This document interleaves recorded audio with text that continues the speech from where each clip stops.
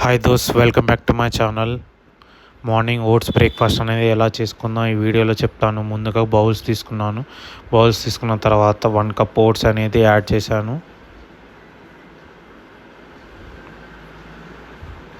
Stove మీద వేడి చేసిన పాలని చల్లారిన తర్వాత ఓట్స్లో మిక్స్ చేసుకున్నాను పాలు అనేది. దాని తర్వాత నేను చియా సీడ్స్ అనేది యాడ్ చేశాను. Dry fruits mix,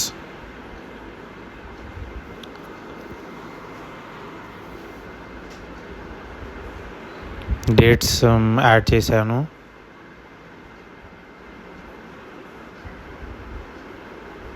honey add చేసుకున్నాను స్వీట్నెస్ కోసము.